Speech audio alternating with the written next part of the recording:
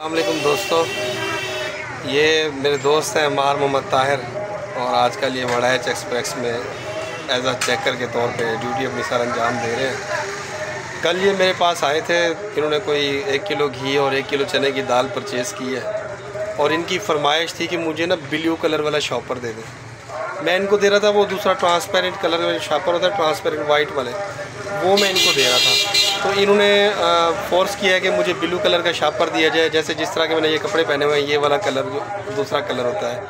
तो इन्होंने कहा जी मैं ऐसे इनको छुपा के लेके जाऊंगा। अल्लाह खैर करे कि क्यों ये छुपा के लेके जा रहे थे, लेकिन जाते ही इनके रास्ते में जो है ना वो शॉपर से नीचे सामान निकल गया और शॉपर मोटरसाइकिल पर लटकता रहा। घर जाके उन्होंने अपनी मिसेज से कहा जी वो मोटरसाइकिल पे सामान खड़ा उतार लें। वो आगे गई तो वो उनको शॉपर ही मिला था, बस सामान नहीं मिला। तो रात इनका मुझे फ़ोन आया है, इन्होंने मुझे वो तस्वीर भी सेंड की है शॉपर की, वो मैं तस्वीर अपने साथ यहाँ पे स्क्रीन पे लगा रहा हूँ, ये आप देख लें। और मार साहब के माथे में जो आसार नज़र आ रहे हैं वो भी चेक कर लें आप।